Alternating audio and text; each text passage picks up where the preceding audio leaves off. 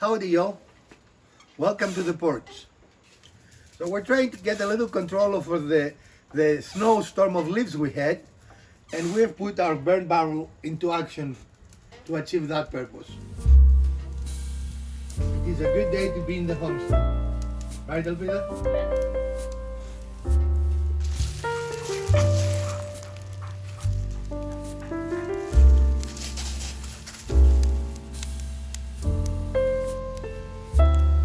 They know that's where they go.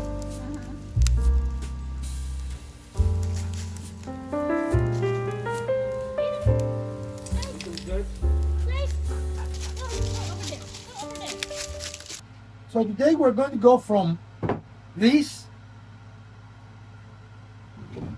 to several of these. As you can see, that is the donating rice, and from all these to this. Okay? And then we're going to go from this and some scrap wood to this. So stick around as always. We're going to show you everything that you need to know to build this project yourself, and we're also going to tell you about tips and tricks in the way. So today we're going to build these beautiful holiday decorations, which is a snowman and a beautiful organic wreath. There, we use the word organic. Organic. Awesome. So stick around. So today, in the spirit of holidays, we are going to build a Christmas wreath. And in our case, we're going to have a little bit of an advantage because we are going to take pieces from our forest to create some nice cuts. What we're going to call those little slices. Now these are things you can buy at the dollar store, at Walmart, we're not affiliated with any of these people, but you can purchase them. We just have an advantage. We don't have to purchase them. Right. And they're not perfect, right? They're actually from a tree that was not grown to be perfectly round and sliced with, meticulous care. Well, no tree is perfectly round. Those things that you see that are perfectly round actually are manufactured. Yeah, well, we don't want to do that. We want to use what's growing. It's a birch tree. I know. All right, so we're going to start by slicing pieces of wood like this, right? So a tip for you, if like us you have a wide throat here on your plate, use a piece of tape and put it next to your blade, because that will prevent any cut off from falling through your saw. Right, and we're not going to make a very wide slice of wood, so we want to make sure that we don't lose the piece we've just cut. Right. So we want our slices to be about half an inch. So we're going to go to half an inch there, right? Is that an inch or enough? No, that's an inch and a half, right? Right. Keep it going. So there's our half an inch. And we are going to lock, again, this is not critical. The consistency is important, right? So if you are an inch and an eighth is not important, because we're going to cut them all the same dimension. Okay. So we decided to use our favorite technique of cutting, which means move the saw blade up instead of moving this through the saw table, right? Particularly because it's not a perfect shape, and it's roundish, so this works better. Once again, for power tools, one needs power. So we must do that. We're not at the evolutionary stage where we can just will it on. No? There we go. Take two. Well, this was a very interesting idea. In the end, it does not work. And I'm not really sure why. I'll have to investigate. But I was not happy with the results. It took a long time, and it just didn't feel right. So maybe there was something wrong with the saw, maybe there was something wrong with my technique. But again, I was not very pleased with the outcome. This was our first of 3 different techniques we tried to achieve this result. And as I just told you, it just didn't work. I'm not happy with it. So first we use a piece we already cut to decide how long, the weight. And now we're going to cut it. Have a person hold it. This is the second method we use, and it ended up being the method that we like the most, so we use it throughout the project. In the process, however, we discovered we had the wrong blade in our saw. So style number 3. Go. This is supposed to be the best method. In fact, this is the method that professionals use to make good slices, but for some reason it did not work very well for us. I'm not sure if it is our saw or our technique or what the problem is. It definitely works in cutting, but it did not generate really good thickness results throughout the piece. So we may need a little more practice here. It most certainly is the most safe technique. At no point this felt as safe or we did not feel in control of the piece. However, the results were not desirable. It may simply be that our very old bandsaw is not up to this specific task, however. So we're bogging down and Borking down? bogging. Bogging down, okay. So we're going to try and change blades and see if that is going to make our life a little easier. And for the record, what we're getting the most consistent cut with is this chop saw, but the blade is a little dull, so that's why we're changing it out to a new one. It's a lot dull. So this one I notice has a lot less teeth. Well, that's what we want because we're doing a crosscut, we're not ripping. Okay, And we're not using material that needs to be protected, okay. like plywood. So plywood would want more teeth because it's a finer cut. Right. This is going to be a more rough cut. Yep. Okay. All right. All right. So we've got pieces, a bunch of pieces cut out, and we're just taking a look at them for the quality of the pieces and to see, you know, how close we can get them. This is not a precise measurement of any kind. It's just, you know, on the look of what we want the finished wreath to look like. But some of these, because of the nature of the log we're using, are, you know, the uneven sides. It's very natural. But we want to make sure that we get them fairly close so it doesn't look, lopsided in any way. So we're kind of comparing the pieces to see maybe if we need some more or if we have exactly what we want. So this tiny little cut happened in our chop saw when a piece broke and hit me in the face. I was wearing safety glasses at the time, but you can see how if you didn't wear safety glasses, this, that is just a minor cut on my face, could do a lot of damage to my eye. So in all of our cutting adventures, using multiple tools just to see which was going to work best for us, we did come out with some pretty inconsistent thicknesses. And, you know, I have this 1/2 inch one that we started with that I really like the thickness of.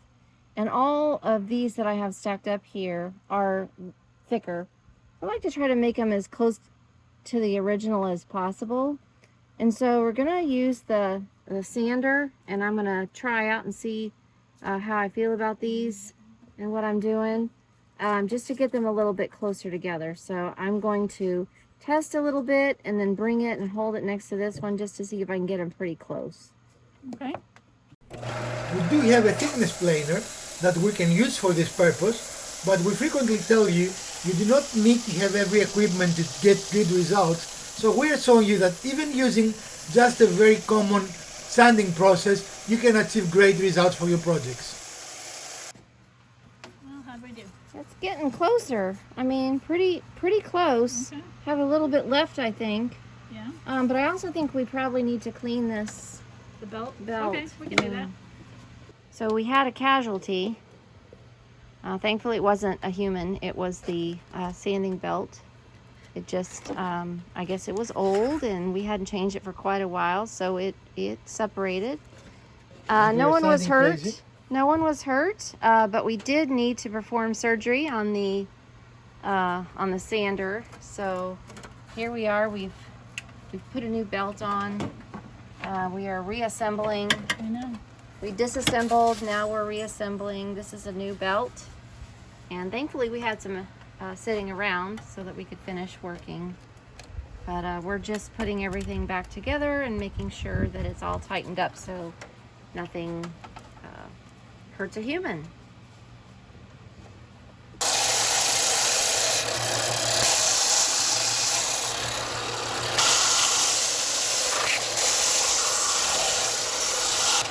Unquestionably, this project required a lot of sanding, and if you do not have a planer, you're going to have to sand a lot if you want pieces that are of the same thickness and consistency. However, as we demonstrate here, you can achieve that goal if you have a little bit of patience.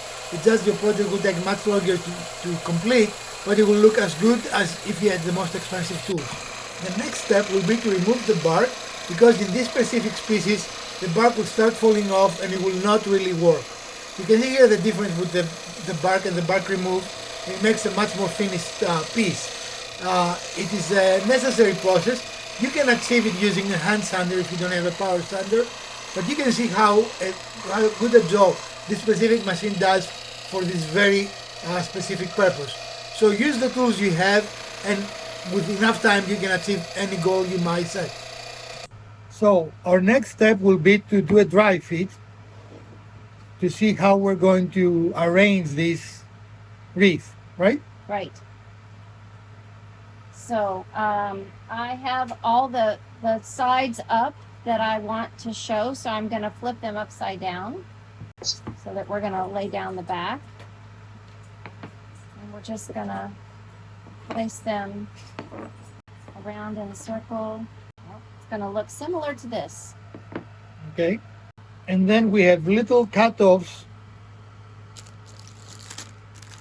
Not cut-offs. These are wood shapes that we purchased these from the Dollar Tree, and they were inexpensive. You get a pack of 14 pieces for $1.25, and they're lasered clearly, but they're Christmassy themed Christmas house, and we thought we could use these on some of the pieces as an accent.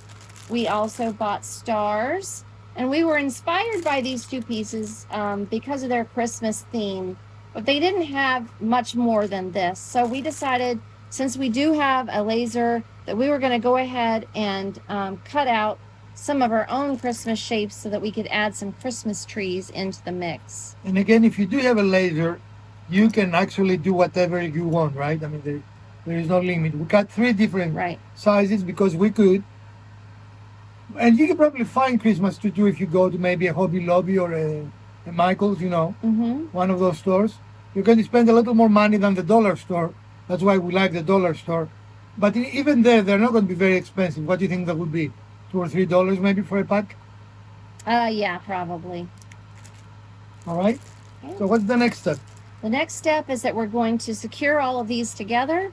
We're going to use a combination of some hot glue and some brads. And hot glue is hot, right? Right. Okay, so we'll get into gluing. Everyone knows how to use a hot glue, so we're not going to show you that. Now, wood glue will also work, but the advantage of the hot glue is that it is instantaneous, right? Right. And really, there is nothing structural here. Worst thing that can happen is it will fall apart, and then you use some glue again to put it back together. So we also decided to use pin nails because they leave a much smaller, almost imperceptible mark. Unlike brass nails that will do the same job, but they're going to leave a much more visible mark, and we want that to be as inconspicuous as possible. The next step is to use the little wooden safes, and we are going to actually have them dry fit it first, and then we're going to glue them. This is our dry fit. We have not glued them yet, but really the next step is to apply hot glue. Wood glue, hot glue. Hot glue is hot, people. And you only need the dab.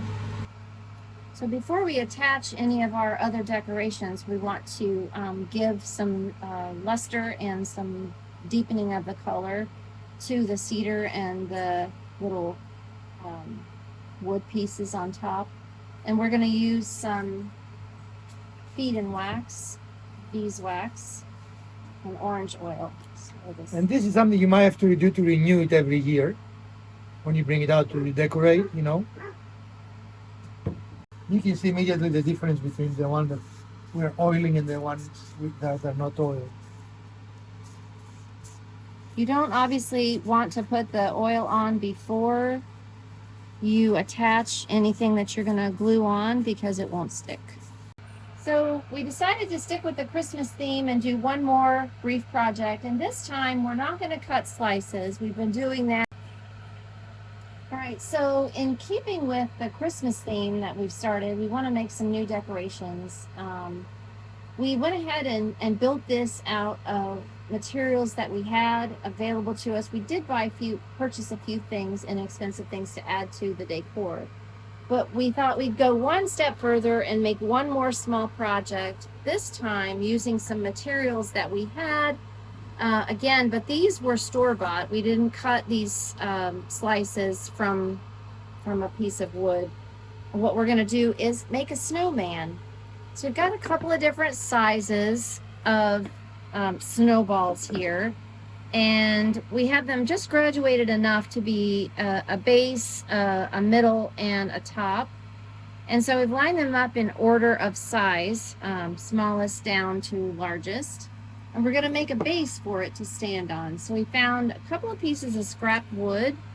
One is going to be the base, and the other is going to be the support.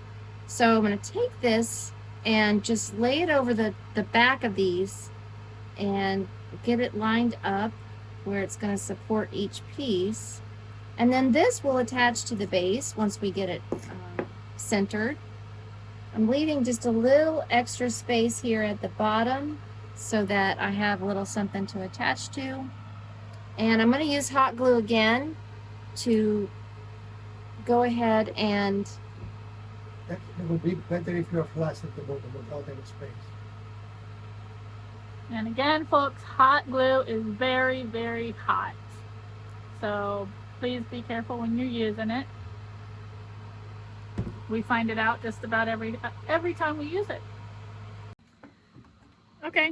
So we didn't get it exactly flush with the bottom, so I need to take just a little bit of material off to make it flat so that it'll sit well on the base. Okay. For that, I'm going to use this sander.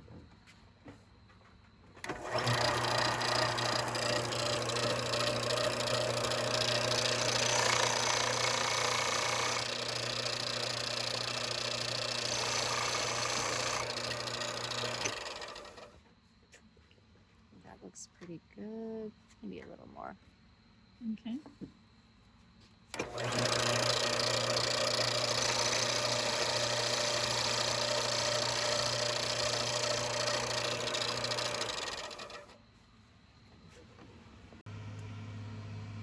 Now it's sitting flush.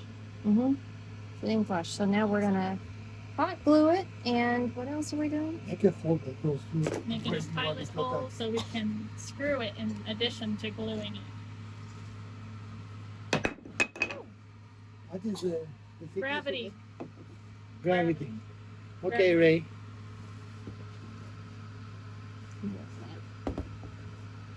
All the way through, right? Yes. And we're out of battery. Probably. It's done. No?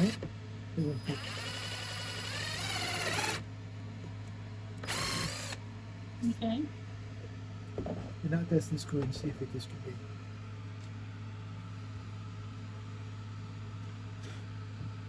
No. Here we'll have. Okay, so we did the pilot hole on the base here. We put some hot glue, and now we've lined our support piece up with that hole. And then the idea is that we're then going to come from the underside with a drill bit to give a little bit of a pilot hole into this support piece, and then we will screw that together. After the hot glue has. But the hot glue needs to set Yes. so that it's cold and not hot. So even the smallest projects sometimes require some special attention. This is a countersink bit, and because this screw here is on the bottom, it needs to be very flat, otherwise it will rock the piece, right? So you use this kind of bit to make sure that you're countersink it. You don't want it to split the wood, first of all, right? So if you just power it, you might split this wood or you might split this. Those are small pieces of wood. A bit like that makes a lot of sense. As you can see, the screw is now very flush. and we're able to stand our snowman piece up on, and it doesn't rock or sway at all. Mhm. So he's coming together. Yep. So we also bought this kind of a garland at the Dollar Tree as well. And I thought it was pretty, and I think it makes a nice substitute for lights as well. It kind of reminds me of snow that may be, sitting on this snowman. So I started at the bottom, and I kind of wanted to conform this to the shape of the slices. And so I went ahead. This has got like a wire inside this covering, and so it's going to be nice and malleable to the right shape. So I'm going to put another dab of glue right in here to hold this right up snug to the slice.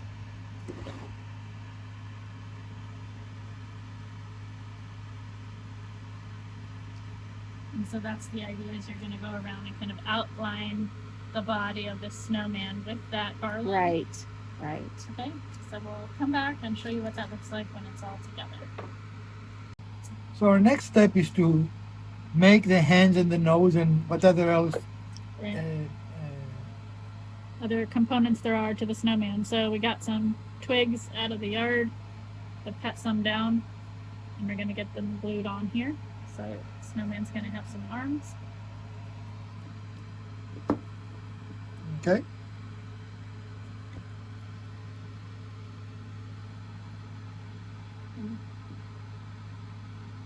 A lot of hot gluing today. Yes. Lots of the hot gluing. So this is our finished snowman. And of course you can go further with it if you want. You can paint it, you can do all kinds of things.